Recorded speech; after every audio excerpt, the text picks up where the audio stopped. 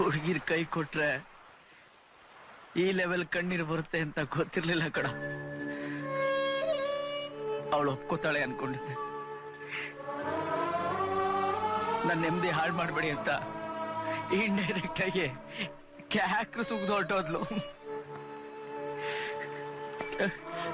ಅವಳಿಗೆ ಹೇಳೋವರೆಗೂ ನನ್ನ ಮನ್ಸು ಒಳ್ಳೆ ಗಾಳಿ ಪಟ್ಟ ತರ ಹಾರಾಡ್ತಾ ಇತ್ತು. ಅವಳು ಇಲ್ಲ ಅಂತ ಬೆಂತಿರ್ಗ್ಸ್ ಹೋಗಿದ ತಕ್ಷಣ ಲೈಫೇ ಗೋತ ಹೊಡೆದ್ಬಿಡ್ತು. ಮೊದ್ಲೇ ಎಡ್ಬಿಡಂಗಿ ಜೀವನ, ಸೂತ್ರ ಬೇರೆ ಕಿತ್ತೋಗಿದೆ. ಎಲ್ಲೋಗಿ ಬೀಳ್ತೀನೋ, ಏನ್ ಹಾಕ್ತೀನೋ, ಉಳಿತೀನೋ ಇಲ್ವೋ ಒಂದು ಗೊತ್ತಿಲ್ಲ ಕಣ. ಈ ಹುಡುಗಿರ್ಗೂ ಕಣ್ಣೀರ್ಗೂ ಎಂಥ ಲಿಂಕ್ ಇಟ್ಟಿದ್ದಾನೆ ದೇವ್ರು ಅಂತ ತಿಳ್ಕೊಳಕ್ಕೆ ಊರಿಗೆ ಬಂದಂಗಾಯ್ತು.